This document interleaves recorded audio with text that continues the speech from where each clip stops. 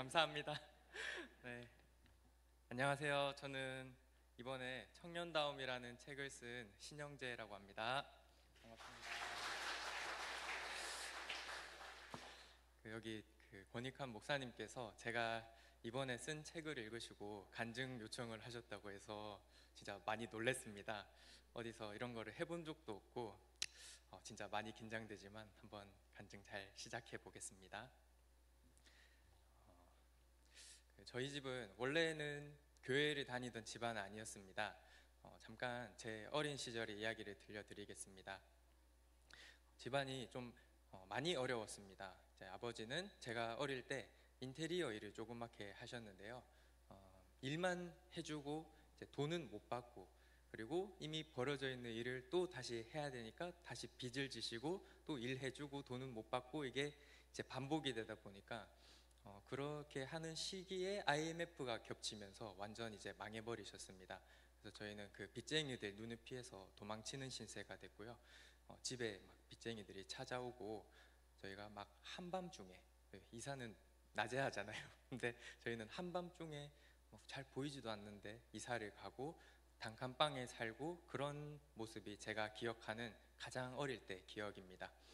그리고 몇 년 뒤에 동생이 태어났습니다. 동생은 이제 보셨다시피 이제 자폐 1급 진단을 받게 됐습니다. 자라면서 증상이 점점 더 심해지더라고요. 그러니까 이제 말하지 못하고, 듣지를 못하고, 먹지 못하고, 소화하지 못하고, 대소변도 못 가리고, 잠도 못 잤습니다. 우리가 지금 일상에서 당연하다고 생각하고 하는 것들이 아무것도 안 됐습니다. 이제 유일하게 하는 의사 표현이 우는 것이었는데, 울음소리도 얘는 뭔가 달라요. 진짜 악에 받쳐가지고 성대가 막 찢어질 듯이 그렇게 우는데, 이제 새벽 5시가 다 돼서야지 겨우 잠들고, 그러니까 저희도 같이 잠 못 자는 거예요. 저는 학교 가면 선생님이 맨날 또 조냐고 혼나고, 그런 게 이제 일상이었고 굉장히 피폐한 하루하루였습니다. 이 자폐 아이들의 특징 중에 하나가 있는데, 집착이 굉장히 심합니다. 이제 제 동생이 집착하는 게 뭐 여러 가지가 있었는데요. 그 중에 또 하나를 말씀드리면, 자동차 바퀴, 이거에 굉장히 집착하는 게 있어가지고 밖에 나갈 때면은 온몸이 그냥 흙탕물 범벅되고 손 새까매지도록 바퀴를 막 만졌습니다. 심지어는 움직이는 차에 뛰어들 때도 많았어요. 그래서 차에 타고 있던 아저씨가 이제 이러시는 거예요. 뭐 갑자기 뭐야? 아이씨, 재수 없어요. 썩 꺼져. 이렇게 하시고, 저는 죄송합니다, 죄송합니다 하면서 도망치듯이 빠져나갔습니다. 이제 차에 그렇게 뛰어들 때면 제 어린 마음에 심장이 막 털썩 떨어지는 기분이 들었습니다. 또 이런 적도 있습니다. 중2 겨울방학 때 자다가 새벽에 동생이 갑자기 마당으로 막 뛰쳐나가는 거예요. 얘가 여름에 물놀이 하던 게 생각난 거예요, 한겨울에. 그러고는 꽁꽁 얼어붙은 수도를 틀려고 막 또 발악을 해요. 그때 커다란 대야가 있었는데 몇 달째 꽝꽝 얼어있던 그 얼음을 새빨개진 손가락으로 막 때리면서 다시 온 동네가 떠나가라고 또 악을 질렀습니다. 부모님과 저는 황급히 뛰어나가서 소리를 질렀습니다. 지금 겨울이야, 물 안 나오니까 제발 좀 그만해. 하지만 동생의 그 고집은 진짜 절대로 꺾을 수가 없는 거거든요.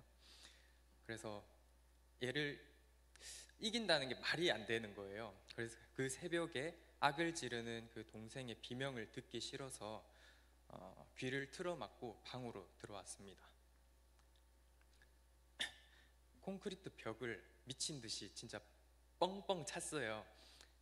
진짜 죽을 것 같은데 할 수 있는 게 없으니까 벽을 그때 발로 차는 게 내 마음을 표출할 수 있는 그런 유일한 방법이었습니다. 아침에 일어나 보니까 발등에 뼈가 부서져서 퉁퉁 부었더라고요. 근데 발등보다 아픈 거는 제 마음이었습니다. 마음이라는 게 심장 쪽에 있다는 것도 그때 알았어요. 이 심장을 막 칼로 그냥 쑤시는 것처럼 아팠거든요.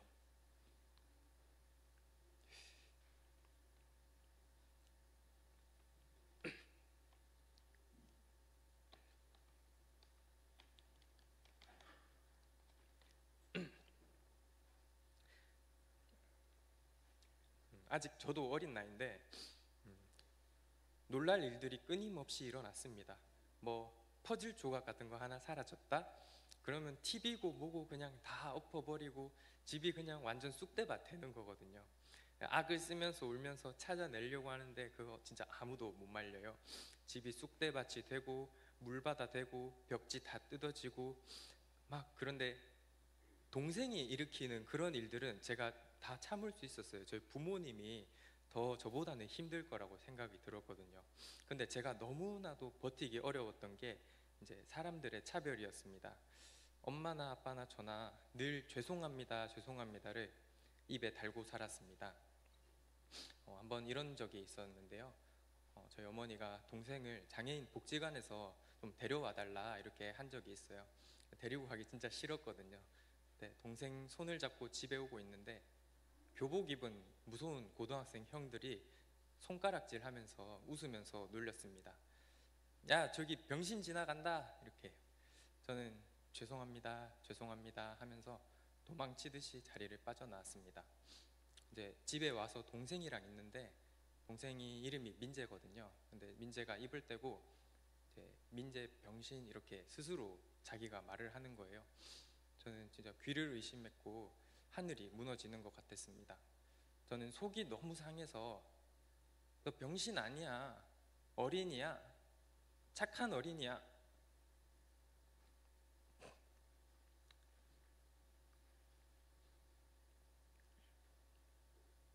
그렇게 울면서 소리쳤습니다.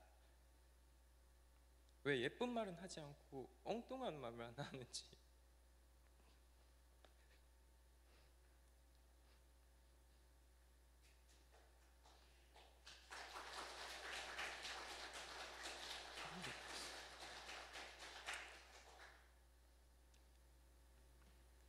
어린 마음에 너무 속상했고 세상이 우리만 미워하는 것 같았습니다.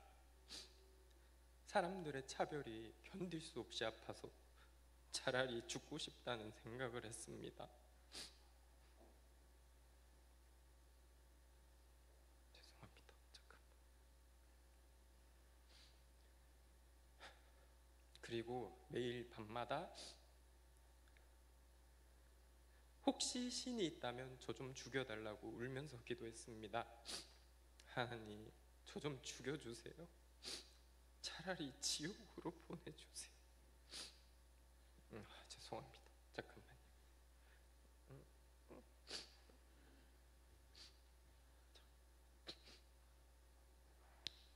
모두가 고통스러울지 몰라도 적어도 차별은 없으니까 지옥이라도 가고 싶다고 생각했습니다. 빨리 죽여달라고 기도했고 빨리 할아버지가 되게 해달라고 기도했습니다. 아니면 동생과 제 몸을 바꿔달라고 기도했습니다. 저 어린 동생이 무슨 죄가 있어서 저런 고통과 아픔을 겪어야 하는지 전 도저히 이해할 수가 없었습니다. 차라리 내가 아프고 싶다는 생각을 많이 했습니다. 매일이 지옥 같은 삶이었고 일반적으로는 경험하기도 어렵고 상상하기도 어려운, 감사합니다, 상상을 초월하는 아픔과 어려움들이 10년 동안 매일같이 정말 끊임없이 일어났습니다. 그러다가 아버지께서 저희는 갑자기 먼저 교회로 가게 되셨어요. 아버지께서 잠을 자다가 이제 이불이 있는 그 장롱이 있는데 그 꿈에서 장롱이 활짝 열리면서 복음 복음 막 이렇게 쩌렁쩌렁하게 울렸다고 하는 거예요. 근데 우리는 교회 다닌 사람들이 아니니까 복음이라는 그 말을 처음 들어보잖아. 이게 무슨 말인가, 무슨 단어인가 이러고 이제 운전을 하다가 아버지가 보니까 순복음 대구 교회가 있었대요. 아, 저거 꿈에서 본 단어다 이렇게 아버지가 하면서 그때 이제 교회로 가기 시작하셨습니다. 갑자기 술도 끊으시고 담배도 끊으시고 하여튼 이상했어요. 근데 그리고 교회 사람들이라고 하면서 집으로 막 찾아오는 거예요. 제가 중학생, 고등학생 때니까 좀 불편했죠. 근데 그 사람들이 우리를 위해서 저렇게까지 목이 터져라 기도를 해주고 같이 울어주고 뭐 그런 거는 감사하긴 했어요. 그리고 한 1년 정도 있다가 어머니도 아버지를 따라서 교회를 가시더라고요. 저는 그 따라갔을까요? 이제 억지로 몇 번 따라가다가 말았습니다. 저는 마음속으로 이런 생각이었어요. 뭐 교회 간다고 우리가 뭐 바뀌나? 어차피 뭐 지옥 같은 삶인데 이거 똑같은 거 아니야? 뭐 이런 마음이었습니다. 저는 그런데 교회는 안 갔는데 왜 살아야 되는가 이 질문을 항상 가지고 있었어요. 어릴 때부터 저는 진짜 죽고 싶다는 생각만 하면서 살아왔기 때문에 산다는 거, 이 삶이라는 게 뭘까? 이렇게까지 심한 고통을 겪으면서 살아야 하는 이유가 뭔가? 내가 이 지구라는 여기에, 대구라는 여기에 태어나서 살고 있는 목적이 뭘까? 그리고 죽으면 어떻게 될까? 이런 깊은 고민들을 20대 초부터 많이 했습니다. 그래서 사람들을 찾아다녔고 책을 많이 봤어요. 저는 철학책도 보고 종교책도 보고. 저는 이제 자의로는 교회를 다니지 않았잖아요. 근데 교회에 찾아가서 목사님 말씀 끝나시고 퇴근하는 길 가로막고 목사님 저 왜 살아야 돼요? 내 태어난 목적이 있는 거예요? 이렇게 막 물어봤어요. 그러니까 처음 본 목사님인데 자기 집으로 초대하시더라고요. 그래서 우리가 뭐 사는 목적이 하나님의 도구로 쓰이기 위함이다, 이런 여러 가지 제가 궁금한 거 다 물어보고 목사님도 대답해 주시고 했는데, 그때 당시에 저는 엄청 막 와닿거나 이런 거 아니었어요. 그리고 저는 교회만 간 게 아니라 절에도 찾아갔어요. 그러니까 스님은 도대체 뭐를 깨달았길래 아무도 알아봐 주지 않고 인정해 주지 않는 그 회색깔 옷 입고 머리 깎고 그러고 있는 건지, 왜, 그러니까 뭐가 깨달았기 때문에 스님이 됐다고 저는 생각이 된 거잖아요. 그래서 스님한테 막 물어보기도 하고, 그리고 이제 대구에는 그 신천지도 많이 있어요. 저는 혹시나 거기에 진리가 있을까 봐 싶어가지고 그런 이야기들도 들어봤어요. 그 이야기 듣고 있다가 지나가는 아는 누나가 화들짝 놀라면서 제 팔목 붙들고 막 벗어나게 한 적도 있고요. 그러니까 그 정도로 정말 저는 간절하게 살아야 하는 이유를 진짜 찾아 헤맸던 것 같습니다. 그래서 진리가 뭘까? 내가 이 지구에 온 목적이 뭘까? 그러니까 이런 거죠. 예를 들면 컵이라는 거는 물을 담는다는 목적이 있잖아요. 물을 담고 있는 그 컵은 행복한 삶이라고 저는 생각했어요. 왜? 지 목적대로 쓰이고 있으니까. 근데 컵을 만약에 엎어서 여기 뭐 의자로 쓴다든지 못을 박는 그 망치로 컵을 쓴다든지 이러면은 컵의 인생은 불행한 거예요. 지 목적대로 쓰여 있지 않기 때문에. 그것처럼 내 목적은 뭐냐고요. 이게 너무너무 제가 궁금하고 찾아 헤맸던 것들이었거든요. 그 목적만 찾을 수 있다면 진짜 목숨 걸고 살 수 있을 것 같았거든요. 그거를 찾으려고 발버둥 쳤고 막 사람들도 만나고 책을 읽고 찾아다녔습니다. 그리고 저는 마침내 인간이 존재하는 목적은 아마 행복하기 위해서라는 그때 당시에 저만의 결론을 내게 됐습니다. 그래서 저는 사람들을 많이 만나 보려고 했어요. 많이 들으려고 했고, 그래서 자신이 행복하다고 당당하게 말할 수 있는 그런 사람을 찾아다녔어요. 저도 행복하고 싶어서요. 근데 없는 거예요. 제가 27살 되고 평택의 반도체 회사 이제 연구소에 취업을 하게 되었어요. 직장을 다니면서도 선배들한테 행복하냐고 저는 물어봤거든요. 근데 선배들은 뭐 행복은 무슨, 그냥 입에 풀칠하려고 다니는 거지, 뭐 애들 때문에 사는 거지, 뭐 죽지 못해서 살지, 뭐 이런 이야기들이 대부분이었어요. 그때 당시에 저희 팀장님이 경기도 용인에서 평택까지 왕복 3시간 거리를 이제 운전을 하면서 출퇴근을 하고 계셨어요. 제 생각에는 너무 힘들잖아요. 저는 10분 거리인데. 근데 팀장님 힘드시겠습니다 이러니까 팀장님은 그 시간이 제일 좋다는 거예요. 아니 왜? 왜요? 이렇게 물어보니까 집에서는 육아에 치이고 회사에서는 일에 치이니까 온전히 자신만의 시간을 즐길 수 있는 게 그 시간밖에 없다고 하면서 말씀하시는 게, 그 말이 저는 너무 절망스러웠거든요. 24시간 중에 3시간을 고작 3시간만 4시간이라고 좋아하고 21시간을 막 고통스럽고 막 하고 싶지 않은 것들을 하면서 그 모습이 너무 절망스러웠고, 내가 10년 뒤에 저 팀장 자리에 있을 텐데, 내가 팀장이 되고 15년 뒤에 연구소장, 뭐 20년 뒤에 잘하면 임원이 될 텐데, 그 10년 뒤, 20년 뒤의 미래가 이미 정해져 있는데 그 사람들이 행복하지 않다고 하는 것이 저한테는 진짜 절망스러웠어요. 그래서 저희 회사는 이제 외국계 기업이고 좀 회사가 규모가 크니까 사장님을 볼 수 있는 기회는 많이 없거든요. 근데 저는 혹시 사장님한테도 궁금해가지고 이메일을 써서 사장님 나 한 번만 만나주세요. 저 그 지혜와 통찰을 조금만 나눠달라 이렇게 해서 전 사장님도 만나보고 외국에 계신 회장님한테도 이메일을 써서 출장 갔을 때 회장님도 만나고 막 사람들 만나보고 그렇게 했어요. 근데 엄마한테도 물어봤어요. 저희 어머니한테 아까 뒤에 있던 이렇게 사는 게 맞냐? 어머니도 다들 그냥 그렇게 산대요. 근데 저는 또 어른들 말씀 잘 듣거든요. 그럼 이게 사는 건가 보다 이렇게 하고 또 2, 3개월 이렇게 살다가 도저히 이게 아닌 거예요. 그래서 다시 책을 펼쳐서 읽었어요. 이제는 종교책, 철학책 이런 것들이 아니라 자기계발서들을 읽기 시작했어요. 자기가 행복하다고 말하는 사람, 성공했다고 말하는 사람들의 책을 미친 듯이 읽었어요. 근데 책에서는 내 주변 사람들이랑 하는 말이 다른 거예요. 내가 행복할 수 있대. 그래서 책에서 시키는 것들은 진짜 간절한 마음으로 다 따라했어요. 책에서 뭐 감사하기, 명상하기, 뭐 하루도 빠짐없이 운동을 하고 내가 되고 싶은 모습을 막 100번씩 쓰고 새벽에 일어나서 다 따라했어요. 긍정학원을 외쳐서 막 유튜브에 찍어 올리고 그러면서 이제 조금씩 변하면서 자기계발서를 저는 주로 읽었는데 이 자기계발서의 시초가 성경책이라고 하잖아요. 그래서 저는 성경책을 읽어봐야겠다 이런 생각이 들었어요. 저는 작년에 책을 1년 동안 한 100권 이상 읽으면서 읽는 거는 그래도 자신감이 붙어 있었으니까 성경책도 괜찮겠지 하고 성경책을 딱 펼쳤는데 무슨 말인지 하나도 모르겠는 거예요. 이게 좀 그 메시지 성경도 읽어보고 유튜브에서 설명해 주는 것도 뭐 들어보고 하는데 이 배경 지식이나 인물 이런 게 하나도 없으니까 너무 어렵더라고요. 그래서 제가 그때 들었던 아이디어가 이거를 교회로 가서 한번 말씀을 들어봐야겠다라는 생각이 들어서 작년 봄에 처음으로 제 발로 교회에 찾아가게 되었습니다. 이제 교회 처음 딱 간 날인데 좀 걱정됐어요. 제발 누가 말 좀 안 걸어줬으면 좋겠다. 제발 환영 좀 안 해줬으면 좋겠다.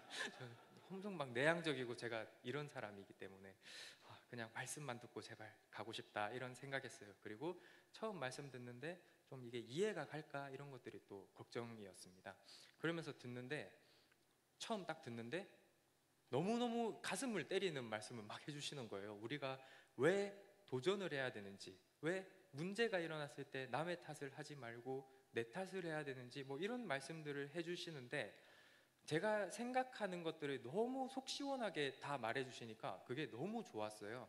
그래서 저도 왜 그랬는지 모르겠는데 처음 갔던 그날부터 이제 다 말씀 내용들을 검정색으로 말씀 내용을 적고 녹색깔로 중요한 내용, 강조 내용 적고 파란색으로는 제 생각, 적용할 점 적고 막 정리를 했어요. 학교 다닐 때도 그렇게 안 했거든요. 근데 저도 신기했어요. 그렇게 조용하게 한 주 한 주 말씀만 들으면서 왔다 갔다 했습니다. 그러니까 그때까지만 해도 제가 교회 가는 목적은 딱 하나였어요. 성경책 이해하는 거. 그때까지는 믿음이나 이런 것들이 좀 많이 잘 모르겠는데 그러다가 여름 캠프를 간다고 하는 거예요. 근데 저는 내향적이기도 하고 교회에서도 아는 척 좀 안 했으면 좋겠다라고 했잖아요. 근데 제가 활동을 한다, 뭔가 캠프를 간다, 친구를 사귄다 정말 싫어하는 사람인데 그날따라 어차피 캠프 기간 1월화 이렇게 하니까 그냥 주일 예배 끝나고 그냥 하루만 갔다가 와야 되겠다 그냥 이런 마음이 저도 모르게 들었어요. 그래서 교회 캠프 장소로 이동하면서도 내가 이걸 왜 가고 있지? 스스로도 잘 이해가 안 갔거든요. 아는 사람도 별로 없고 캠프장 도착해서도 그냥 쭈뼛쭈뼛 있다가 아이고 괜히 왔다 막 싶기도 하고 그랬어요. 그러다가 저녁에 이제 집회 시간이 됐습니다. 거의 맨 뒤에서 말씀을 들었습니다. 그때 행신교회 담임으로 계시던 김관선 목사님이라 계시는데 본인이 살아오신 이야기를 하는데 제가 거기서 완전 놀란 거예요. 그 목사님의 이제 이야기가 목사님의 아버지의 노름 미천을 마련하려고 누나들이 식모살이로 팔려 나가고 교회를 개척하고도 엄청나게 어려움을 겪어 오셨더라고요. 지하 사택에 매일 곰팡이가 쓰니까 매일 닦아주고 홍수 때 물 퍼날르고 밖에 화장실이 멀어서 이 시대에 막 요강을 쓰면서 사시고 이렇게 살아오시는 거예요. 근데 그 삶이 희한하게 살아나고 한 청년이 그 목사님 때문에 새로운 삶을 살게 되고 말도 안 되는 진짜 누더기 같았던 그런 삶을 지옥이라고 생각했던 삶이 저렇게 되는구나. 어쩌면 나한테도 무슨 계획하신 게 있을 수도 있겠다. 만약에 진짜 신이 있다면 신이 일하는 방식은 내가 이해하는 방식과는 완전히 다를 수도 있겠다라는 그런 생각이 이제 자연스럽게 들었어요. 저는 진리를 찾아서 헤맸잖아요. 내 인생의 목적이 뭐냐. 아무리 진리를 찾고자 노력하고 발버둥 쳐도 내 머리로 이해할 수 없는 어떤 신의 방식과 타이밍, 뭐 계획 이런 것들이 있다는 게 그날 저절로 좀 받아들여졌던 것 같아요. 그러고 나니까 지금까지 제가 책을 읽고 교회 다니고 말씀 듣고 막 이런 것들이 제가 잘 살기 위함이었더라고요. 내가 성장하고 잘 되고 건강하고 지혜롭고 노력하고 세상을 이기기 위함이었습니다. 그렇게 내가 잘 살기 위해서 읽고 듣고 공부했는데 그날 그 말씀 들으면서 아, 저런 인생을 살 수 있다면 죽을 때 후회하지는 않겠다 이런 생각이 들었어요. 그래서 이제부터는 내가 아니라 하나님이 내 인생을 살게 하자고 느꼈습니다. 저는 어차피 10대 때 진짜 죽었어도 전혀 이상하지 않는 삶을 살아왔고 지금 이후로 살고 있는 거는 공짜 인생을 살고 있다 생각하거든요.